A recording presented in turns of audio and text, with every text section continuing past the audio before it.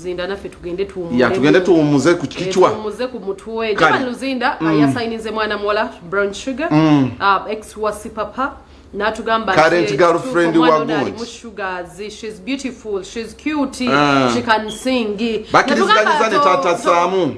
Simanyi era tumugambye tobalanga bana ba manager bana bakozesa abana namwefulira you want to manage everything natugamba era ndi musajja nange ndi muntu ngamba Giovanni Luzinda wange gwe manyi gwatandise okwogera bwotyo wabula natusubiza tajja kubeera manager omulungi he believes in the woman era nagamba kikyali kito kibebi nakwadde mu mulooza buli mukyala azaalako abakadiye ono mwana muto. But I think she has made the right move. Kajoba Nesoka is a good writer. Very. Kali dedicated. Kaina band. Ate kali focus.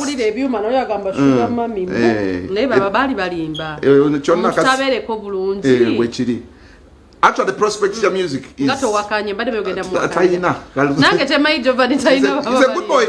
By the way, I've been with him. By the wagena be ne ku birthday yanganda birthday ya mtabani wange baptism is coming era agenda kujja nti mukubireko obugalo ajenna he's a good father bambi by the one he's a good friend he's my good father so kali tukwagaliza birungi Giovanni Luzinda with Brown Sugar. Writer omulungi. It's a good sign. Aina bandi era wakuba enyimba zitambula kuba ine dobozi nze banange kansule bulungi. Katujibalekere.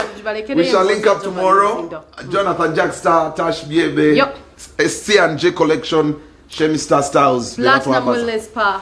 See you when you see us. Brown Sugar namusainize kuba bebayimbi abamu kwetwasigaza abakabi mu ggwanga nebra kuba nti omanyi nti betaaga obuyambi okusobola ng'omanyi talents ennungi at times babeera lazy mumbeera nti babeera lazy twayagadde tumuteeke ku abo abagenda okubeera nga bafuna amaanyi ga South Band.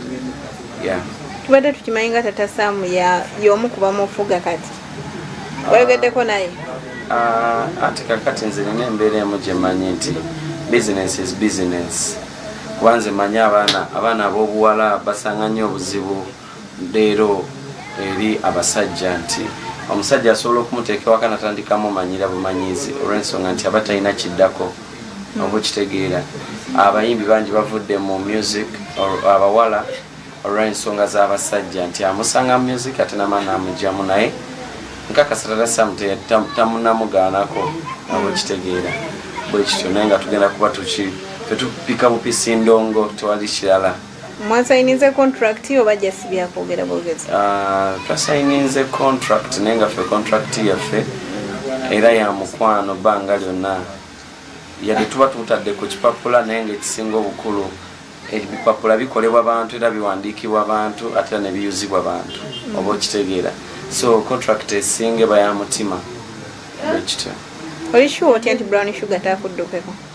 Brown Sugar tasobola kudduka oba wabadduse tekirina buzibu era nakyo naye nga manyi tasobola kudduka olw'ensonga ali mu bandi ey'abaana abato ate abaana wawulira emirembe nti naye mwana oba okitegeera.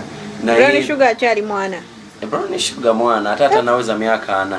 Kati yo bwana yagwamu oba kitate n'abakugwamu anti kati gofanaganyeko n'abasajja abagamba abalaba abakazi n'amulaba mbula okuba azaddeko n'amulaba nga tebere livuddeko takyalina akabina bulungi mu face eyise nga ate yagiyuza oba okitegeera.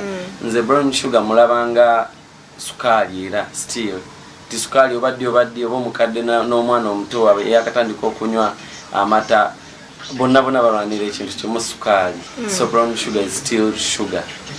Business is business oba okitegeera oba ntege ebibatu ndi musajja ekyo nakyo mukimanyi ensonga enkulu ndi musajja ate omusajja omulamu.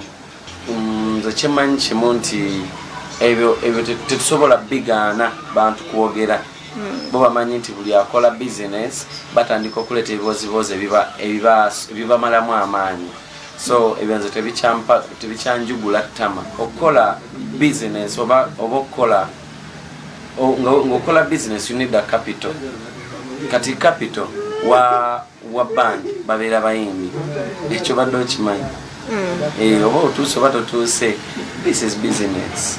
kola banze chenga kaso solo kusanga n'abayimbi bangi nga ebiri wantu tebabirina so kusanga abayimbi bangi nga tebakola nkona office mwe bateeka basangibwa oba okitegeera nirero kikwewunyisiza ndooza naawe okulaba nga ozze wali ku office yange oba okitegeera oba office yaffe eyaffe aba South Band office yange nze Luzinda Jovan nti munaye bwe baleetera ebintu nti abakulu nga banneetaaga bwenzija